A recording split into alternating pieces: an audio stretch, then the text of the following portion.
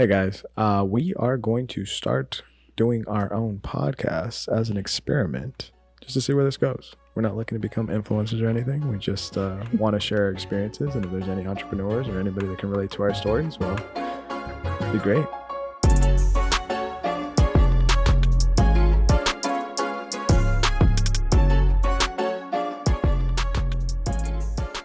Yeah, a little intro for those who don't know us. This is my brother Daniel. I'm Carol, and we just embarked on a entrepreneurship journey. 2 years ago? It's been 2 years now.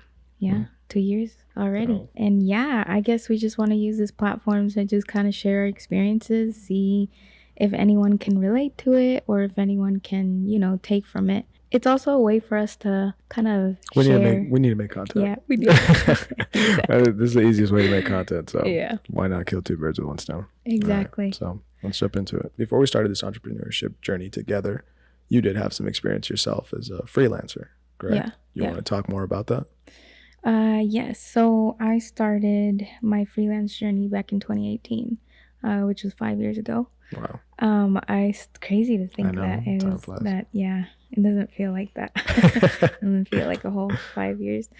But yeah, I started doing photo, video, a little bit of here and there on weekends. Really with any job that I could get. And the way that it started and the reason why I decided to jump to freelance was I was working full-time as a graphic designer for about 2 years or so, or almost 3 years. And during that time that I was doing freelance, I would be doing like photo, video gigs on the weekends. And the way that came up was because I would post on Instagram just for fun.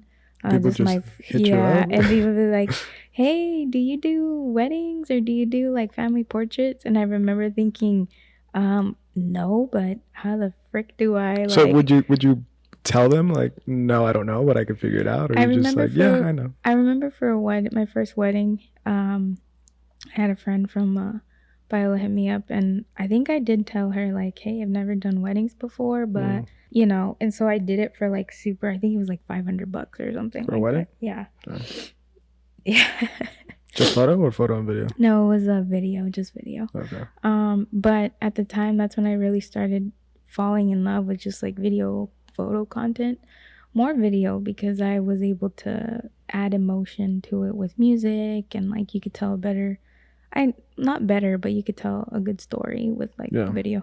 But anyways, all that to say, slowly but surely, I started getting more familiar with like, okay, how do I make this full time for myself? Like I think it was only side projects that I was doing, weddings here and there, and like photography. And I remember creating my first like packages, like pricing packages, which I remember I would ask you for help because I was so bad with like pricing myself. And I think that's something that when you first start off, that's something that you really like struggle with, or that's the hard part. You don't know your value. You don't know the market really well. And that's something for sure that I've always struggled with. And at the time, I remember just like researching other people, researching like the market. Okay, how much are they charging? How much can I charge with my little experience? And you actually helped me gauge that. And I kind of adjusted that as time went by.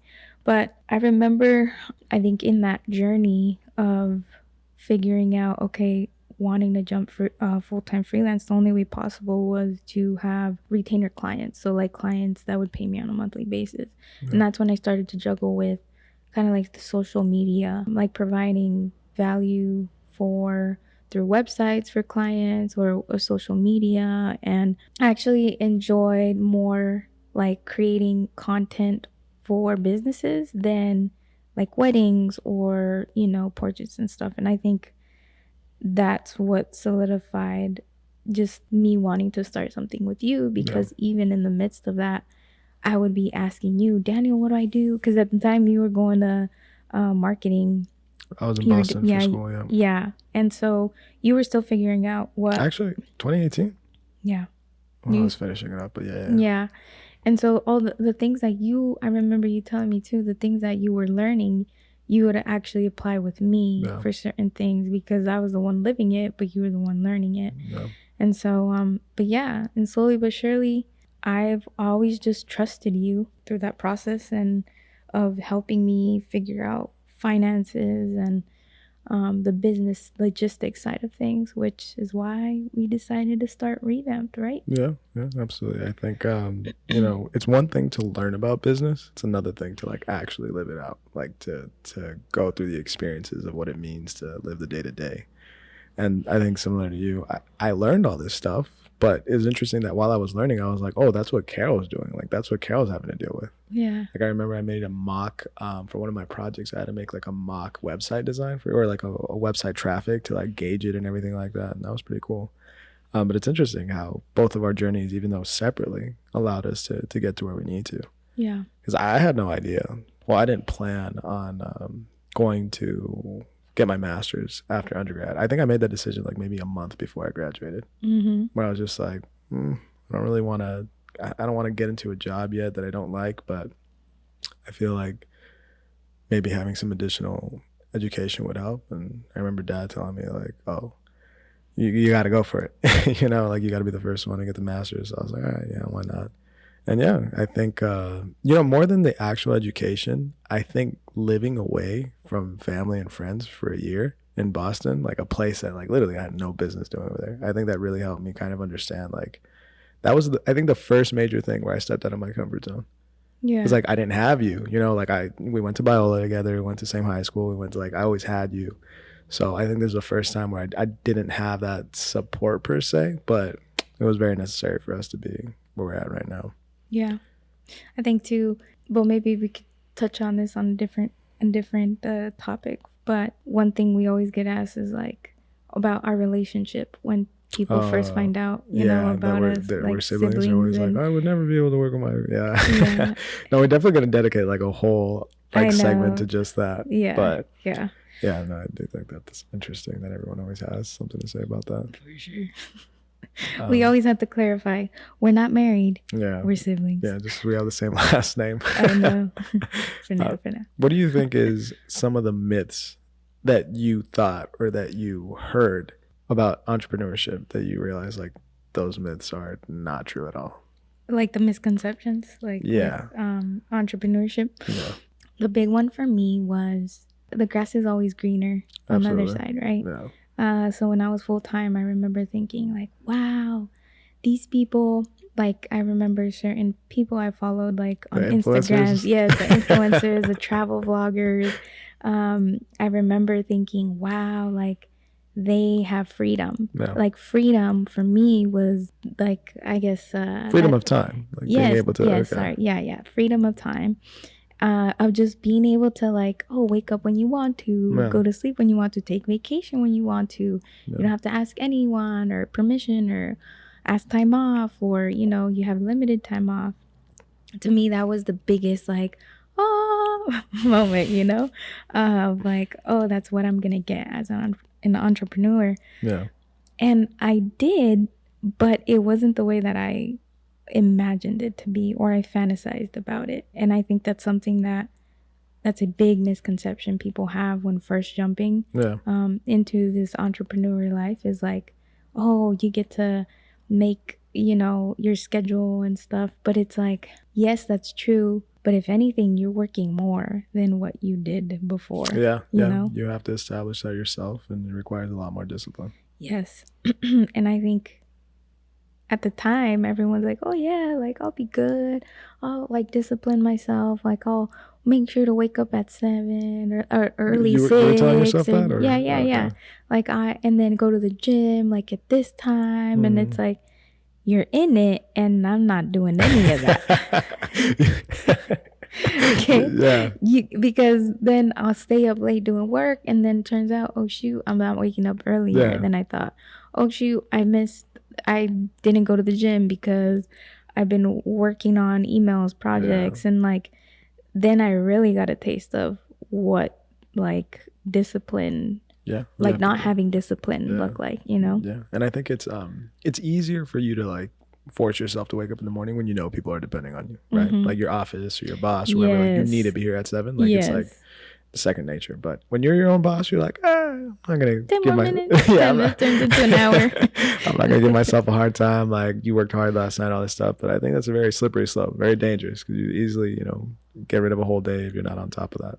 Yeah. I think, I don't even know if I mentioned this to you, but I think I was the opposite when it came to like an entrepreneur life. Yeah, let's hear about that, because I made the jump wanting to do it, right? Yeah. Like for me, it was like, oh, I know this is the life that I want and I'm going for it. But Yeah. it looked different for you.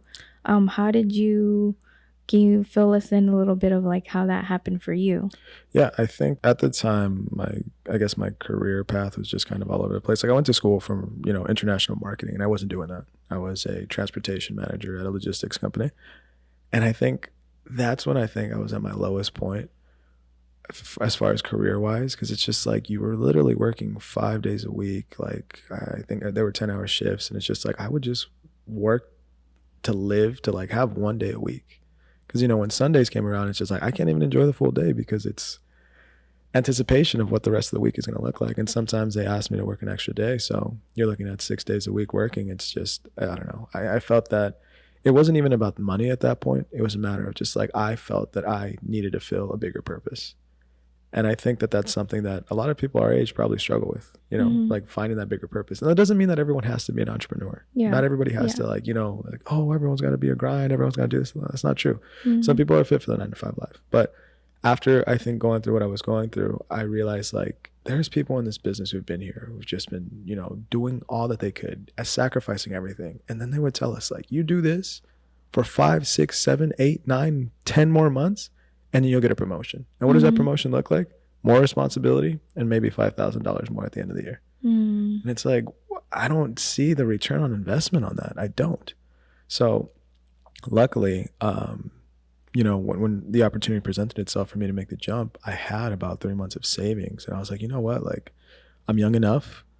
I feel like I would find more purpose and more fulfillment. It wasn't about the money. It's never been about the money. It's about like, I want to feel like I'm bigger than what I'm doing. I knew that my job, if I left or if I wasn't doing it, like, it'll get taken care of. And, not to sound sappy or anything where it's like, oh, I'm just another number, but I really didn't feel like there was anything that I was doing special or anything, that was going to give the impact that I needed to. But I do think that it was a very necessary part of my journey to go through those 9 months that I went through in that business to be able to be like, make the jump. Mm-hmm. And it really trained you for what you're living out now. Yeah, it did. Shout out to my operations manager, if you ever listen to this.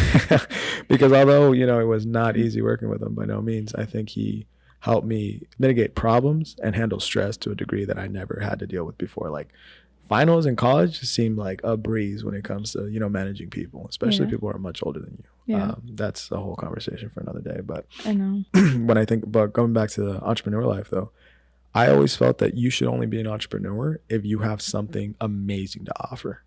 So to me, it wasn't about, oh, I want financial freedom or I want this time or that. I always thought like if you work hard enough in a company, you'll be able to get that.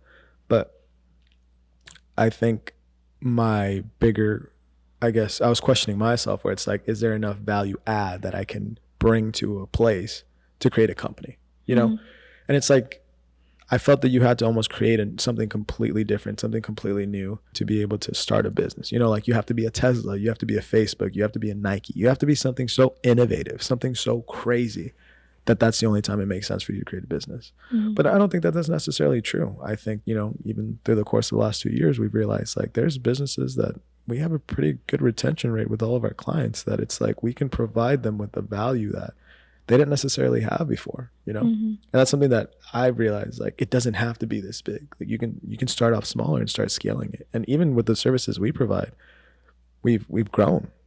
We've grown to, we went from just doing photos and videos and graphic design to now, being a digital marketing company where we run ads, where we help with marketing campaigns, and we're just continuing to grow. Yeah. So, yeah, I think both of our journeys have been different, but it just makes the most sense for us to be working with one another. Yeah. I think we both kind of went like this just to be able to come back and it makes sense, all the years that we've gone along together, it's just like, if anything, it's made our relationship closer. Yeah. What's the other thing that you wanted to touch on? So I think another misconception people have is like it's a risk. Yeah. It is a risk. Financially, you're putting money up front that you don't necessarily have, but you're hoping that it'll be there, and you're not always profitable in the beginning. And I think a lot of people get scared by that. You know, most businesses fail within the first couple of years because whether it be discipline, whether it be lack of funds, whether it be lack of motivation, or a combination of all these things, if you do not have, I think, the mental capacity to be able to like endure the rough beginning of learning your identity, of learning what it is that you actually bring, like that's, I think, the difference between a business that's able to be sustainable and one that's not. Yeah. You know how either you're in the police, you have to go through the academy, or a firefighter, you have to go through the specific training. I think that like it's not talked about enough for entrepreneurs, but I feel like life just throws that entrepreneur life, like you have to go through that, like the first 2 years. I feel like it's for where you really have to work hard and see if you can resist or not resist, like endure really the struggle of like financial hit, yes, but most of all emotionally. It's a lot. Emotionally, can you handle? And if you find a way out, I feel like from there it's like, okay, even now we're 2 years in.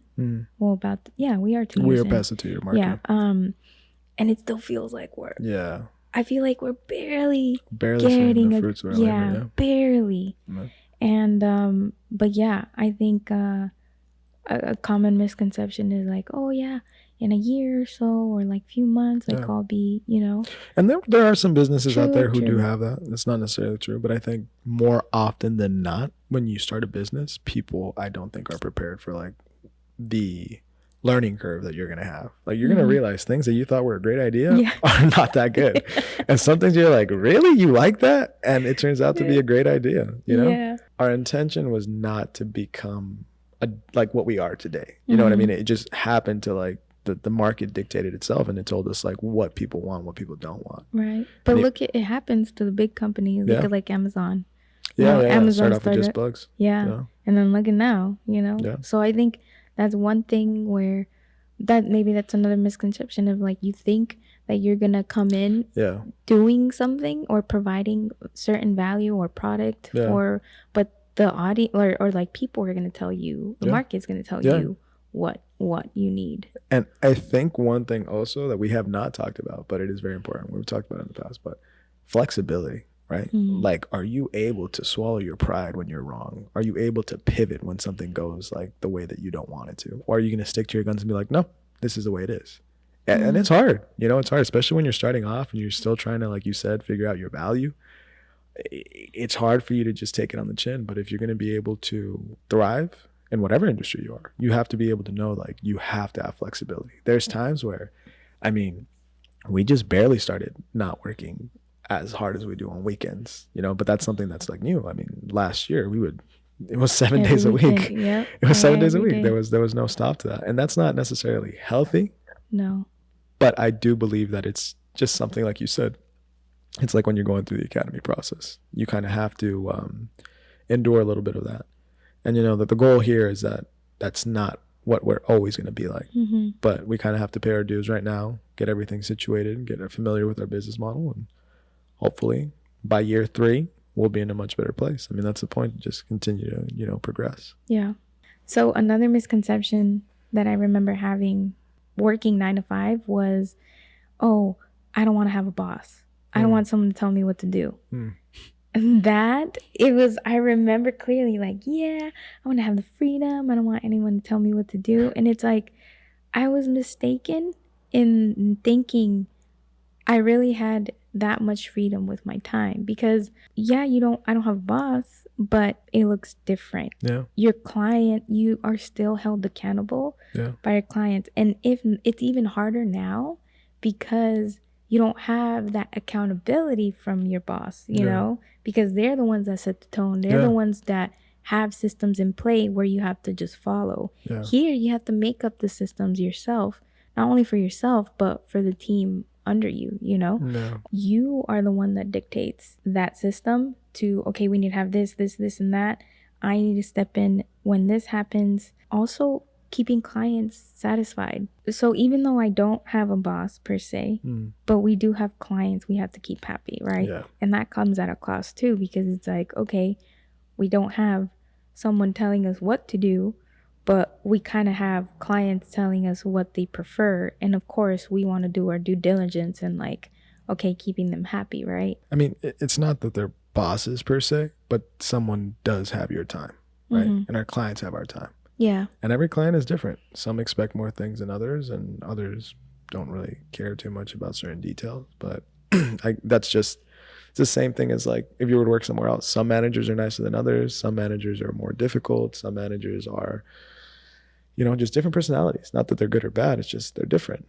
And I think that a lot of people do think that it's like, oh, I'm my own boss. No one can tell me what to do. And it's like, no, but you still have to answer to somebody, you know, and that someone is your client. Yeah. And it's worse because if your boss is telling you something, well, that's what he's paid there for. He's paid to be on top of you. If your client's reaching out to you to make sure his work is done, that's a problem. Yeah. That's a problem. They should not be having to reach out to you, you know? Yeah. You should have the discipline and, you know, be able to gather your work to where you talk to the client before they come out to you. You should be anticipating those needs. So yeah, I think that that's a myth that a lot of people who aren't familiar with the industry would say. Yeah. I think, yeah, just in general, the biggest misconception is your freedom, right? Yeah. Freedom of time, freedom of money, freedom of who to answer to, like you said. I think that is a big fantasy that people who work 9 to 5 have over entrepreneurship, but it just is so different on the other side. It has its pros and cons. Yeah.